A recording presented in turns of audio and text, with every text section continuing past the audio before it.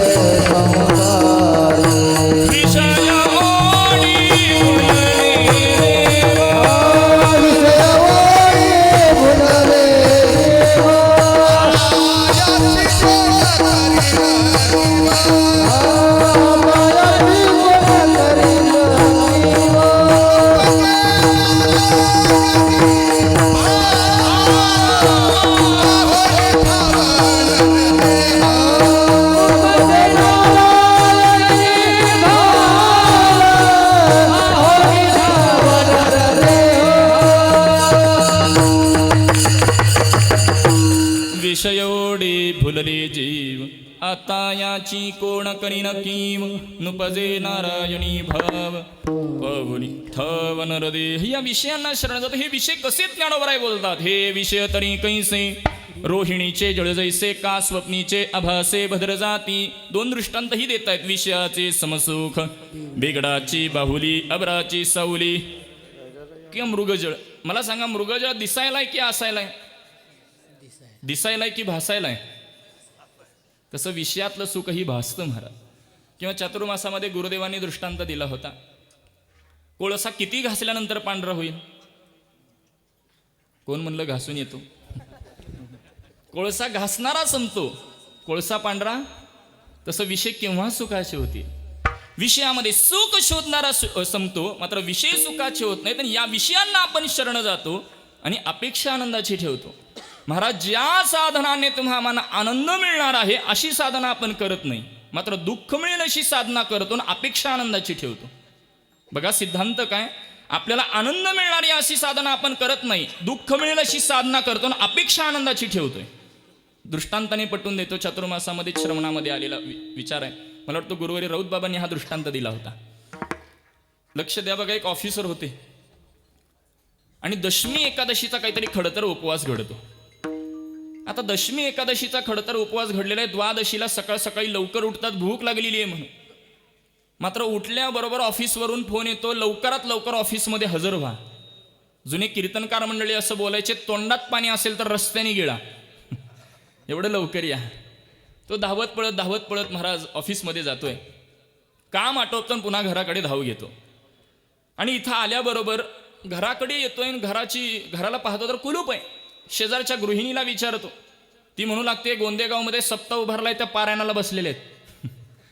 बरं ठीक आहे, चावी आहे, चावी घेतो, घरामध्ये जातो, कुलूप उघडून स्वयंपाक घरामध्ये जातो. सगळीकडे शोधाशोध करू लागतो, काही दिसेना. रागाला जाऊ लागतो. तोपर्यंत त्याची दृष्टी एका डब्यावर पडते महाराज. त्या डब्यावर लिहिलेलं असतं खा सोडा. प्रकार काय घडलेला असतो सांगतो. दशमी दिवशी उद्या एकादशी आहे म्हणून जे काही अन्न शिल्लक राहिलेलं आहे ते तिने वाटून संपवलेलं होतं. एकादशी दिवशी आज एकादशी आहे म्हणून जेवढे काही उपवासाचे पदार्थ लागतात तेवढेच बनवून ते खाऊन संपवले होते, कारण उपवासाचा दुसऱ्या दिवशी उपयोगाला येत नाही. आणि द्वादशीला हे सकाळ सकाळी घराच्या बाहेर पडले आणि इथं येणाऱ्याला पारायणाला नाश्त्याची सोय चांगली केलेली आहे म्हणून तिने घरात काहीच बनवलं नव्हतं. हा शोधाशोध करू लागतो, काही मिळेना. एका डब्यावर पाहतो, तिथं लिहिलं असतं खा सोडा म्हणून. माता भगिनींना सवय असते पहा. तुरीच्या डाळला तू डाळ लिहितात, मुगीच्या डाळला मू डाळ, तसं त्या गृहिणीने खायच्या सोड्याला खा सोडा असं त्या डब्यावर लिहिलेलं होतं. पत्नीचे उपकार मानतो, तिने मला काहीतरी खाण्याची व्यवस्था केली. एक ताड घेतो, तांब्यावर पाणी घेतो, 2-3 किलो सोडा काढतो, बस की कालवतो आणि खाऊन टाकतो. माझा दृष्टांत संपला. माझ्या प्रश्नाचं उत्तर द्या. त्याची भूक भागली असेल का? नाही. का भागणार नाही? ज्या पदार्थाने भूक भागेल अशी पदार्थ त्यांनी खाल्लेच नाहीत. उलट पोटात आधी असलेले पदार्थ बाहेर कसे पडतील असे पदार्थ त्यांनी खाल्ले. तद्वत जीवनामध्ये ज्या साधनाने तुम्हाला आनंद मिळतो अशी साधना आपण करत नाही, दुःख मिळेल अशी साधना करत बसतो. विठ्ठल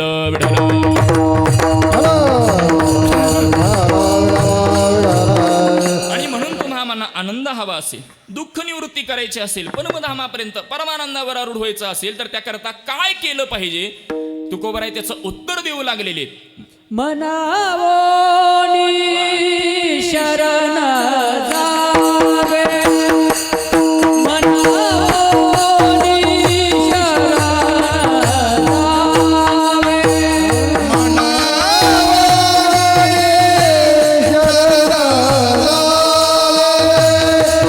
मनावोनी शरण जावे, मनावोनी शरण जावे.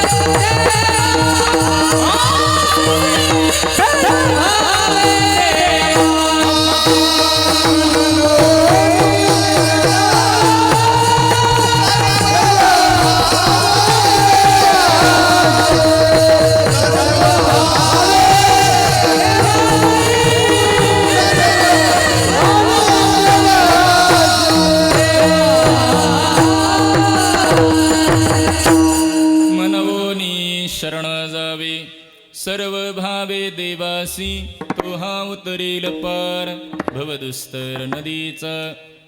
आम्ही आदरणीय तुम्हाला कधी ऐकलं नव्हतं महाराज, परंतु ऐकताना आत्ता कळतंय अनुवंशिकता अविनाश महाराजांकडे आपल्याकडूनच आहे. विठ्ठल विठ्ठल.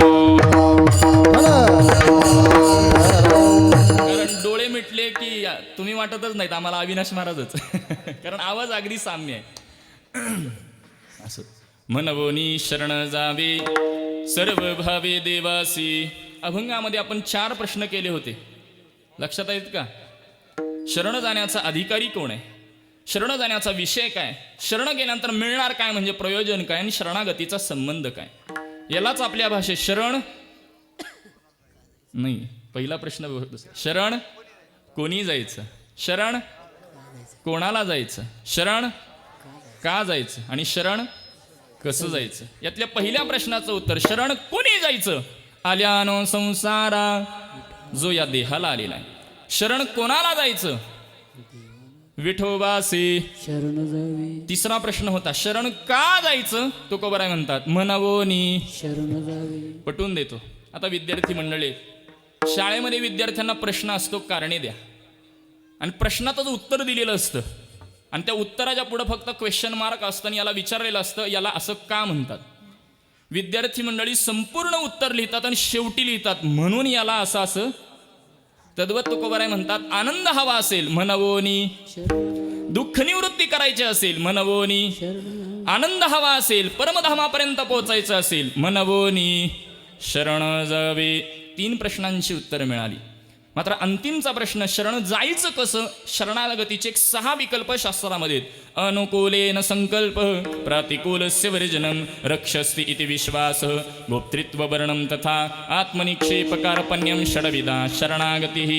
एक 6 विकल्प एक निर्देश करून पुढे निघून जातो. अनुकूलेन संकल्प, भगवंताला अनुकूल बनून राहणं. पटवून देतो. अनुकूल बनणं म्हणजे एखादी स्त्री दुसऱ्या स्त्रीजवळ बोलते मी माझ्या पतीला फार अनुकूल आहे, परंतु तो काय बोलतो हे मी अजिबात ऐकत नसते. याला अनुकूल बनणं म्हणत नाही. ज्ञानोबाराय बोलतात पतीची या मता अनुसरून याला महत्व आहे महाराज. त्याला जशी आपल्याकडून अपेक्षा आहे तसं आपलं वर्तन ठेवणं म्हणजे अनुकूल बनणं आहे. किंवा अनुकूल बनणं ही पहिली शरणागती पटवून देण्याकरता दृष्टांत बदलतो. पहा, एक साधक आहे, आपल्या गुरु महात्म्यांना विचारणा करतो, गुरुजी भरपूर दिवस झाले माझ्याकडे तुम्ही भोजनालाच आला नाहीत. आग्रह करू लागतो म्हणून गुरुजी सांगतात या दिवशी मी तुझ्या घरी भोजनाला येईल. आनंदामध्ये घरी परततो महाराज, सगळी काही तयारी करतो. तो दिवस उजाडतो, गुरुजी येतात, पाद्यपूजा करतो, बसायला आसन देतो, पात्र वाढले जातात, पदार्थ वाढले जातात, आणि गुरुजी पात्राकडे पाहतात तर सगळे काही गोड गोड पदार्थ असतात. बाय मिस्टेक गुरुजींना झाली ती शुगर, डायबिटीज आजार झालेला आहे. आत्ताच्या काळातले गुरुजी तसं समजा. गुरुजी त्या पात्राकडे पाहतात आणि त्याला बोलू लागतात अरे मी पथ्य पाळणारा व्यक्ती आहे, मला हे पदार्थ काही तू देऊ नको, दुसरं काही बनवलं असेल तर ते दे. तो साधक म्हणतो गुरुजी तुम्ही येणार आहेत म्हणून आचारी लावून एवढे पदार्थ बनवून घेतले आणि तुम्हीच नाही खाल्ले तर. म्हणजे गुरुजींची शुगर वाढली तरी चालेल, मात्र आमचे पदार्थ गुरुजींनी खाल्ले पाहिजे. ह्याला अनुकूल बनणं म्हणत नाहीत. म्हणून एका महात्म्याने हिंदी दोहा असा प्रकट केलेला आहे, हम गुरुदेव को मानते हैं, गुरुदेव की नहीं मानते. विठल विठल.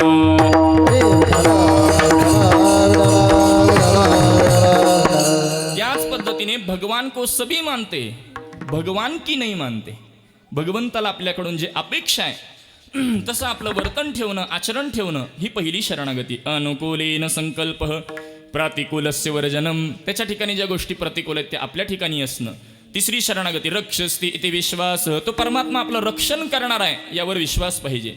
गोप्तृत्व वर्णम तथा, त्याला वरलं पाहिजे, सांगितलं पाहिजे तुझ्याशिवाय रक्षण करणारा कोण नाही, त्याशिवाय तो येत नाही. ही 4थी शरणागती आहे. आत्मनिक्षेप, समर्पण असलं पाहिजे. कार्पण्य म्हणजे लहानातलं लहान बनून राहणं, असे शरणागतीचे 6 प्रकार मात्र अभंगामध्ये महाराज बोलतात. शरण जायचं कसं? सर्व भावे देवासी या पदांचा एक विचार अगदी 5-10 मिनिटांमध्ये पाहायचा आहे. सर्वांनी मोठ्या प्रेमाने एकदा भजन करू, नंतर उर्वरित चिंतन. विठोबार कुमारी जय जय विठोबार कुमारी जय जय विठोबार कुमारी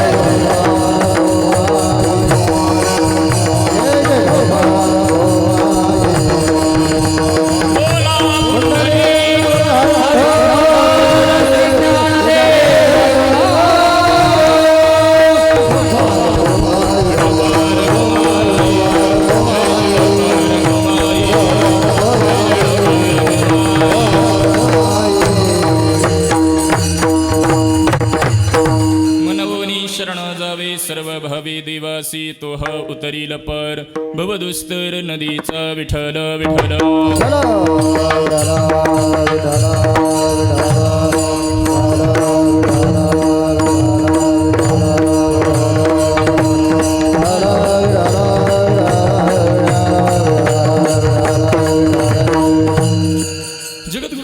जगद्गुरु तुकोबरा या अभंगामधून तुम्हाला शरणागतीचा बोध, शरणागतीची एक प्रकारे मीमांसा प्रकट करतात. यावरून आपण 4 विकल्प केले होते. शरण कोणी जायचं, कोणाला जायचं, का जायचं आणि कसं जायचं. यातल्या अंतिमच्या प्रश्नाकडे आपण आलो होतो की शरण जायचं नेमकं कसं. तुकोबरा अभंगातून उत्तर देत आहेत. सर्व भावे देवासी. सर्व भावे म्हणजे घरातला सख्खा भाऊ, चुलत भाऊ, मावस भाऊ, भ्राता असा त्यातला अर्थ नाही महाराज. सर्व भावे म्हणजे कायेने वाचेने मनाने शरण जाणे. म्हणून तर वारी असते. शरीराकडून चाल, वाणीमध्ये नामचिंतन, मानसिकता केवळ मौलीमय झालेली असते. ज्ञानोबराय बोलतात तया अहं वाचा चित्त अंग देवुनिया शरणरीघ मोहोदधी गांगरी घाले जैसे. किंवा आणखी सर्व भावे या पदातून, भाव या पदातून 5 प्रकारचे भाव शास्त्रामध्ये आहेत. लक्ष द्या.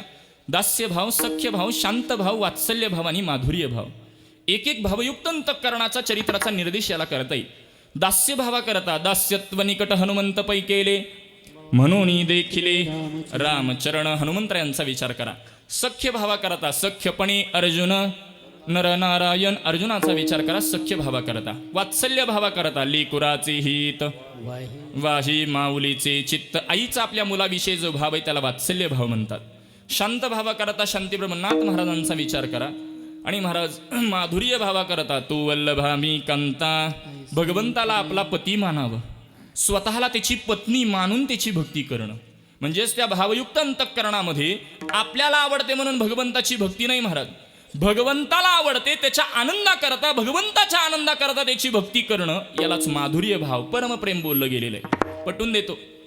श्रीमद भागवत महापुराणामध्ये विदुर काकांचं चरित्र आहे.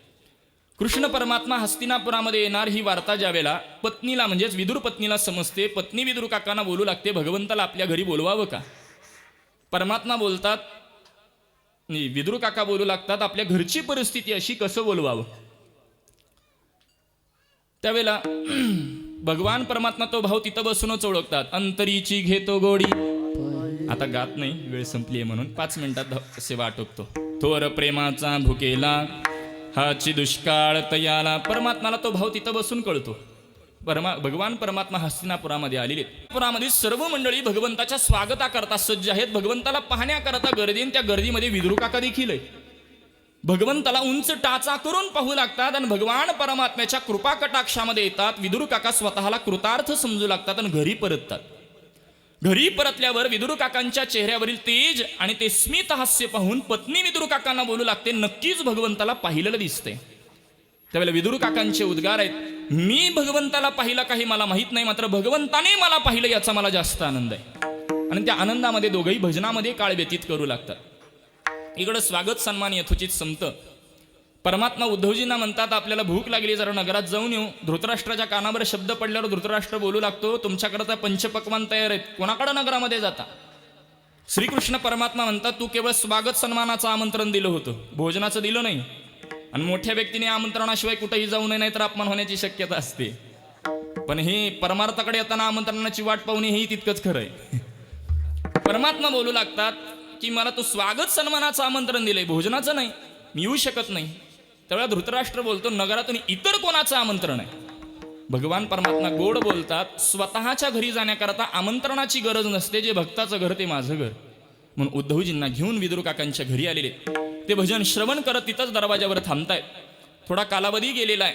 दरवाजावर एक प्रकारची सावली पडलेली. विदुर काका पाहतात, पत्नीला म्हणतात, अगं उठ, पहा तरी कोणतरी आलेलं दिसतंय. विदुर पत्नी उठते, दरवाजा बाजूला करते आणि श्रीकृष्ण परमात्म्याला पाहते. महाराज पाहता क्षणी देहभान विसरते, मंत्रमुग्ध होते आणि तिच्या सगळ्या काही उलट क्रिया चालू होतात. भगवंताला बोलावून भगवंताच्या पायावर पाणी टाकावं तर स्वतःच्याच पायावर पाणी टाकते. भगवंताला बसायला आसन द्यायचं तर स्वतः खाली आसन घेते आणि भगवंताला खालीच बसवते. उलट क्रिया तिच्या चालू आहे देहभान विसरल्या कारणाने. भगवान परमात्मा म्हणतात, मला भूक लागलेली, खाण्याची व्यवस्था करा. नुकतीच कोणीतरी त्या दिवशी केळी आणून दिलेली असती म्हणे. विदुर काका पत्नी जवळ देतात. इथंही प्रकार उलटा घडतो. विदुर पत्नी केळीचं साल काढते, आतला गाभा स्वतः खाते, साल भगवंताला खाण्याकरता देते. श्रीकृष्ण परमात्मा केळीचं साल खाऊन उद्गार काढतात, किती गोड केळे, मधुर केळे कोणाच्या बागेतून आणले. एकदा, दोनदा, तीनदा झालं. विदुर काकांना राहवत नाहीत, पत्नीला हलवतात, अगं काय करतेस तुझी. त्यावेळेला पत्नी देहावर येते, भगवंताची माफी मागते, पुन्हा केळी घेते. प्रकार चांगला घडतो महाराज. केळीचं साल काढते, साल स्वतःजवळ ठेवते आणि गाभा भगवंताला खाण्याकरता देते. आणि केळीचा गाभा खाऊन भगवंताची उद्गार, आतापर्यंत एवढी सगळी केळ गोड मधुर लागले, एवढे एकच कसं काय खराब लागलं. विदुर काका बाजूलाच असतात, भगवंताला बोलू लागतात, भगवंता झाले तरी नेमकं काय. आतापर्यंत केळीचं साल खात होतात आणि गोड मधुर बोलता, आणि गाभा खाल्ल्यानंतर खराब बोलताय. त्यावेळेला भगवंताचे उद्गार आहेत, मला भक्ताने काय दिलंय हे मी पाहत नसतो, त्याच्या पाठीमागचा भाव पाहत असतो. विठ्ठल विठ्ठल.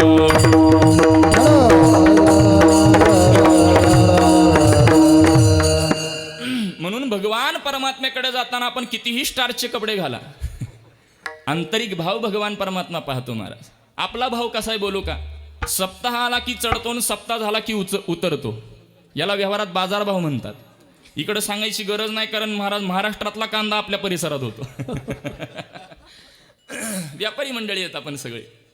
असा भाव परमार्थात उपयोगाचा नाही महाराज. नारद भक्तिसूत्रामध्ये महर्षी बोलतात, प्रतिक्षण वर्धमान, प्रत्येक क्षणाक्षणाला त्यामध्ये वाढ झाली पाहिजे, वृद्धी झाली पाहिजे. आणि ज्याच्या अंतःकरणामध्ये एकदा का तो भाव आला की त्याला भाविक असं गणलं जातं महाराज. नामदेवरायांनी 2 विकल्प केले आहेत. अहंकाराचा वारा कोणाला, माझी या विष्णुदासा. दुसरं पद आहे भाविकासी. विष्णुदास कोणाला म्हणावं, माझा आत्ताचा मूळचा विचार नाही म्हणून विस्तार करत नाही. भाविक कोणाला म्हणावं, यात 9 लक्षण आहेत. शांती, अव्यर्थकालत्वम, विरक्ती, मानशून्यता, आशाबंध, समुत्कंठा, नामगावे, सदारुची, असक्ती तदगुणाख्याने प्रीती तदा वसती स्थले. या 9 लक्षणाने जो युक्त आहे त्याला भाविक म्हणा. असा भाविक शरण गेल्यानंतर परमप्रयोजन तो हा उतरेल पार. भवदुस्तरणतेचा मायारूपी भवसागर तरुण जाणं अत्यंत कठीण आहे. परमात्मा स्वतः सांगतात, दैवी हेषा गुणमयी मम माया दुरत्तया मामी वय प्रपद्यन्ते माया मेताम तरंती ते. मम माया, परमात्मा म्हणतात ही माझी माया आहे, तरुण जाणं अत्यंत कठीण आहे. भगवद्गीता ही वर्णन करते, तेषामहं समुद्धरता मृत्यू संसार सागरात भवामि न चिरात पार्थ मय्या वेशित चेतसा. मायारूपी भवसागर तरुण जाणं अत्यंत कठीण आहे. माया माया म्हणजे तरी काय? शास्त्रीय लक्षण जर पाहिलं तर अघटित घटनापटी येशी ती माया. आहे ती झाकते, नको ती दाखवते, याला माया म्हणतात. पटवून देऊ का महाराज? मायेचं ट्रेलर प्रत्येकाच्या घरात असतं. समजलं का व्याख्यानेच सांगू? म्हणून 7च्या कीर्तनाला 8 वाजता हजर होतो. विठ्ठल विठ्ठल.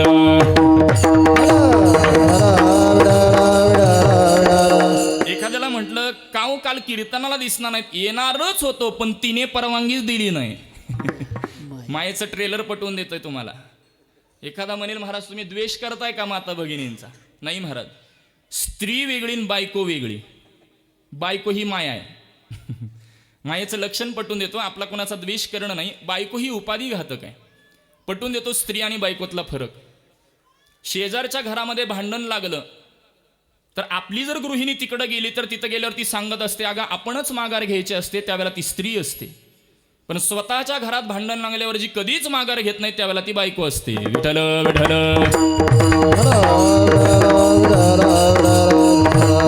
त्यामुळे ती उपाधी ती घातक आहे. कारण आहे ते झाकते, नको ते दाखवते. घरामध्ये हे काम कोण करतं? तुम्ही मंडळी धाडस करणार नाहीत आणि ही मंडळी बोलणार नाहीत. 25 वर्ष ज्या आईने सांभाळलं तिला 25 दिवसात झाकतात आणि नवीन रूप दाखवतात, त्याला मायेचं ट्रेलर बोलतात. विठ्ठल विठ्ठल. मला केवळ माया पटवून द्यायची आणि मलाही घरी जायचंय.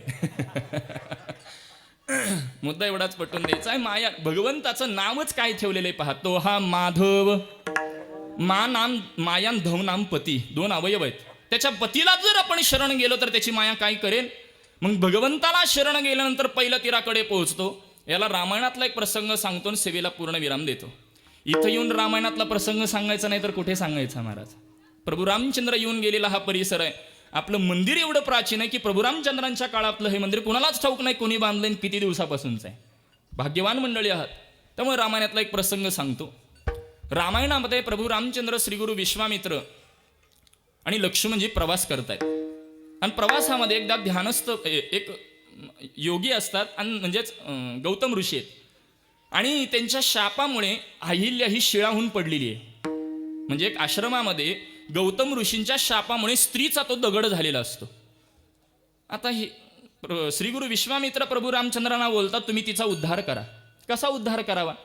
प्रभू रामचंद्रांच्या चरणाची धूळ फक्त लांबून तिच्यावर टाकतात तर दगडाची पुन्हा स्त्री बनते महाराज. मोठा चरित्र भाग आहे. हे तिघेही पुन्हा पुढे प्रवास चालू ठेवतात. प्रवासामध्ये एकदा नदीला गेलेली आहे.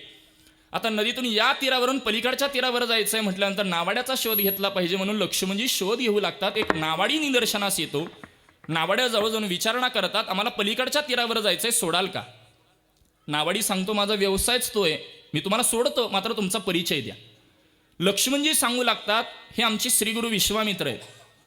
हे अयोध्येचे राजे दशरथ पुत्र प्रभू रामचंद्र, मी यांचा बंधू लक्ष्मण आहे.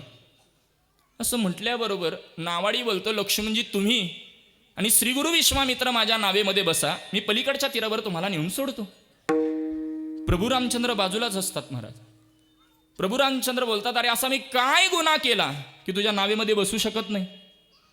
नावाडी बोलू लागतो प्रभू तुमची मी ख्याती अशी ऐकलेली आहे, तुमच्या चरणाच्या धुळीपासून जर दगडाची स्त्री बनते ती जर धूळ माझ्या नावेला लागली, एका स्त्रीचं पोट भागवण्याकरता नाव चालवतो, परत 2-2 परमात्मा म्हणतात त्याच्यावर काहीतरी उपाय सांग.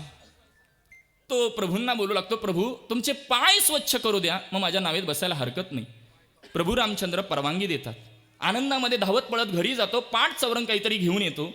मला सांगा पाठ चौरंगाची स्त्री झाली नसती का?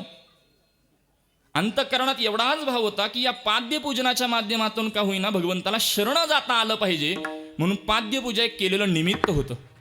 प्रभू रामचंद्रांचे पाय स्वच्छ करतो. मात्र प्रभू रामचंद्र खाली उतरू लागतात. उतरू नका पुन्हा धूळ लागली तर, म्हणून भगवंताला खांद्यावरती विराजमान करून नावेमध्ये बसवतो. नाव हाकत हाकत हाकत हाकत पहिलं तीराकडे नेतो. श्रीगुरु विश्वामित्र प्रभू रामचंद्र आणि लक्ष्मणजी नावेतून खाली उतरतात. माझ्याकडे लक्ष द्या. त्यावेळेला प्रभू रामचंद्र हातातली अंगठी काढतात आणि त्याला बोलू लागतात हा तुझ्या कामाचा मोबदला. नावाडी बोलतो प्रभू सगळ्या जगताचे नियम ठरवणारे तुम्ही, व्यवहारातला साधा नियम लक्षात राहत नाही. त्यावेळेला तो प्रभू रामचंद्र बोलू लागतात अरे असा कोणत्या नियमाचा मला विसर पडला? नावाडी बोलू लागतो. प्रभू, एकाच व्यवसायातल्या लोकांनी आपापसात व्यवहार करायचा नसतो, हा व्यवहारात नियम आहे. बघा, डॉक्टरांकडून फी घेतात का? आम्ही वकील लोक दुसऱ्या वकिलाकडनं फी घेतो का? बरं, परिचयाचं कंडक्टर दुसऱ्या कंडक्टरचं तिकीट घेतात का? कीर्तनकार ते काही मला माहित नाही. एकाच व्यवसायातल्या लोकांनी आपापसात व्यवहार करायचा नाही असं म्हटल्यावर लक्ष्मणजींना राग आलेला आहे. लक्ष्मणजी बोलतात, तू एक सामान्य नावाडी आहे. हे अयोध्येचे राजे आहेत. त्यावेळेला त्या नावाड्याने दिलेलं उत्तर मार्मिक आहे. महाराज, नावाडी बोलू लागतो, मी सुद्धा नावाडी आणि प्रभू रामचंद्र सुद्धा नावाडी आहेत. या व्यावहारिक नदीतून पहिलं तीराकडे नेणारा मी नावाडी आहे, मात्र मायारूपी भवसागर तारून नेणारे प्रभू रामचंद्र एकटेच नावाडी आहेत. फक्त एवढं स्मरणामध्ये राहू द्या, मी आता तुमच्याकडून कोणताही मोबदला स्वीकारला नाही, हे स्मरणात राहू द्या. आणि ज्यावेळेला मायारूपी भवसागर तरून जायची वेळ माझ्यावर येईल, माझं अज्ञान दोष विकार संपलेत का न पाहता मी केवळ तुम्हाला शरण येईन. मला पहिलं तीराकडे पोचवा, तो हा उतरेल पार भवदुस्तर नदीचा. बरं, पोचवणाऱ्या भगवंताचा स्वभाव तरी कसा आहे? बहु आहे करुणावंत अनंत. हे मला महाराज, त्याला मारायला आलेली पुतना तिला सायुज्य नावाची मुक्ती देतो, एवढा करुणावान असलेला परमात्मा, आणि त्याचा नामोल्लेख करतात. अनंत हे नाम, ज्या गुरुदेवांनी या 2 विकल्प केले होते, अनंत ही एक त्याचं नाव आहे, अनंत त्याची नाव आहेत. आणि अशा या परमात्म्याला शरण गेल्यानंतर पहिलं तीराकडे पोचतो. हा अनुभव आहे की नाही कोणाला? तुकोबाराय म्हणतात, मी माझी साक्ष देतो. तुका म्हणे साक्षी आले, तुका म्हणे साक्षी आले, तुका म्हणे साक्षी आले, तुका म्हणे साक्षी आले, तुका म्हणे साक्षी आले,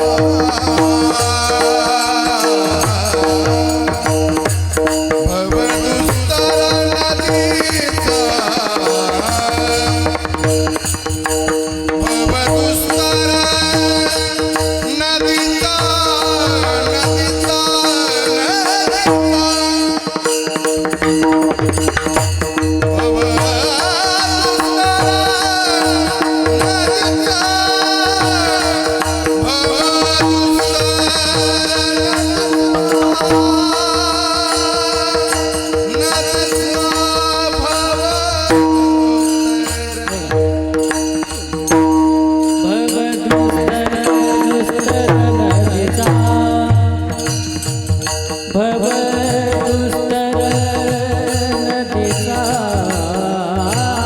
भव दुस्तर नदीचा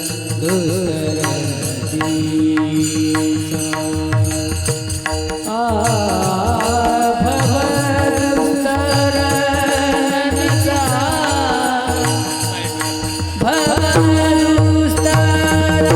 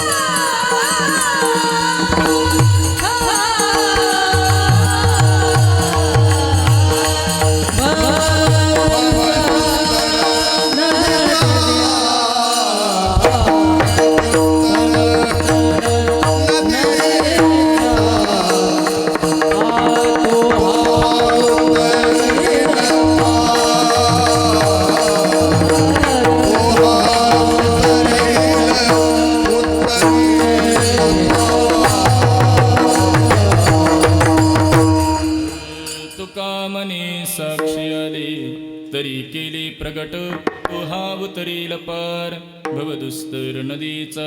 तुकोबाराय म्हणतात मी माझी साक्ष देतो की या परमात्म्याला शरण गेल्यानंतर आपण निर्विवाद पहिलं तीराकडे पोहोचू.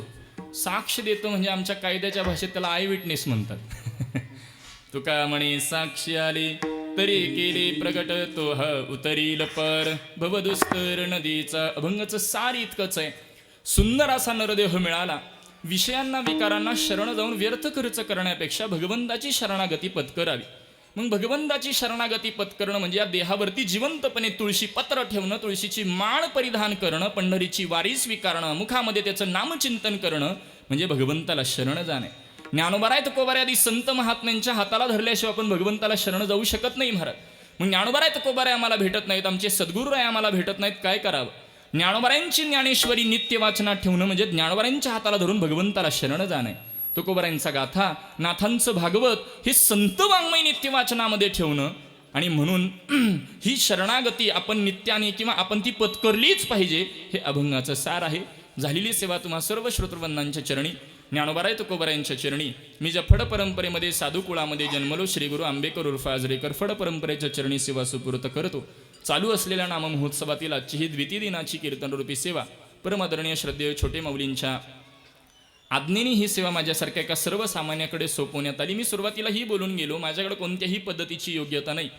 सर्व माऊलींचं एक वाक्य नेहमी असतं, प्रसिद्धपेक्षा सिद्ध कीर्तनकारांना.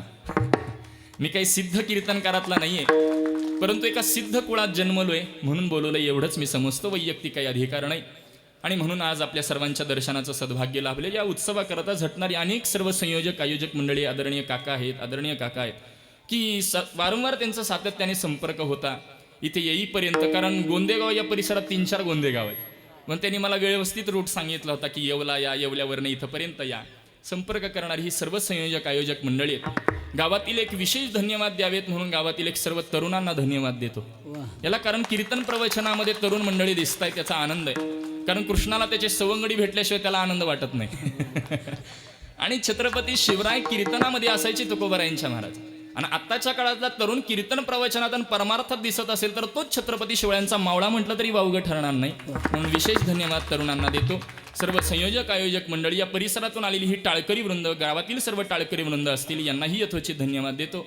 तसेच या संपूर्ण परिसरामधून पंचक्रोशीतून आलेले सर्व काही गायक वृंद असतील, अधिकारी वृंद असतील, महाराज मंडळी असतील, त्यांच्याही चरणी वारंवार वंदन करतो. आदरणीय श्रद्धेय मच्छिंद्र महाराज आहेत, श्रद्धेय उद्धव महाराज आहेत, त्यांच्या समवेत ही सगळी काम करणारी संस्थेचे आजी माजी विद्यार्थी असतील, दोन्ही मृदंगवादक आदरणीय राजेंद्र महाराज असतील, आदरणीय पंडित महाराज असतील. आमच्या संभाजीनगरला अविनाश महाराज ज्यांच्या घरी मुक्कामी करतात ते हेच घर आहे. हो का? आमचे आदरणीय पांडे गुरुजी असतील, बलराम दादा असतील, ही आमच्या दिंडीतली मंडळी. मी या परिसरात म्हटलं की ते कुठूनही, जसं आपण मला आल्यानंतर म्हटलात 50-70 किलोमीटर, तशी ही आमची प्रेमाची मंडळी आहेत. ही मंडळी आवर्जून इथं उपस्थित राहिली, त्यांनाही धन्यवाद देतो. पुनश्च एकदा आपल्या सर्वांच्या चरणी नतमस्तक होतो. एखादा परंपरेचं एकदा भजन करू. तत्पूर्वी एखादा जर अपशब्द गेला असेल तर तो माझ्या बुद्धीचा दोष समजावा. पायाच्या प्रसादे काही बोलिलो विनोदे, मज क्षमा करणे संते, नो हे अंगभूतयुक्ती, नो हे हा उपदेश, तुमचे बडी बडी रोशेष, तुमच्या कृपेचे पोसणी, जन्मोजन्मी तुक म्हणे, ज्ञानोबा माऊली तुकाराम.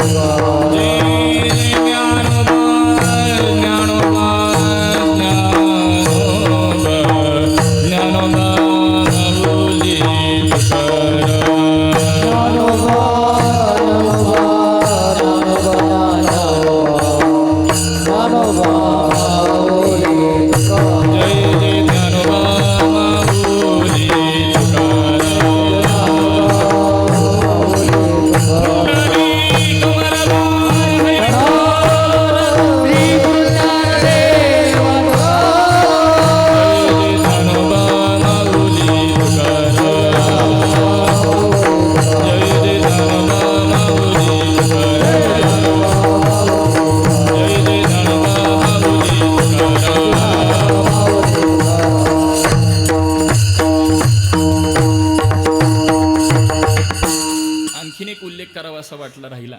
आपण इथं अधिष्ठान समोर गाथा ठेवली आहे महाराज. ही परंपरेत आमच्या ही काही परंपरा आहे. आपण गाथा ठेवली, थोडंसं बोलतो माफी मागून, की गाथा पाहून तरी कीर्तनकारांना वाटलं पाहिजे की आपण अभंगावर बोललं पाहिजे. आपण एवढी सुज्ञ जाणकार मंडळी आहे, त्याचा आनंद वाटला म्हणून पुनश्च धन्यवाद देतो. माईक सिस्टीमलाही धन्यवाद बरं. किरकिर नाही, कुरकुर नाही, माईकवाल्यांची नाही, माईकची.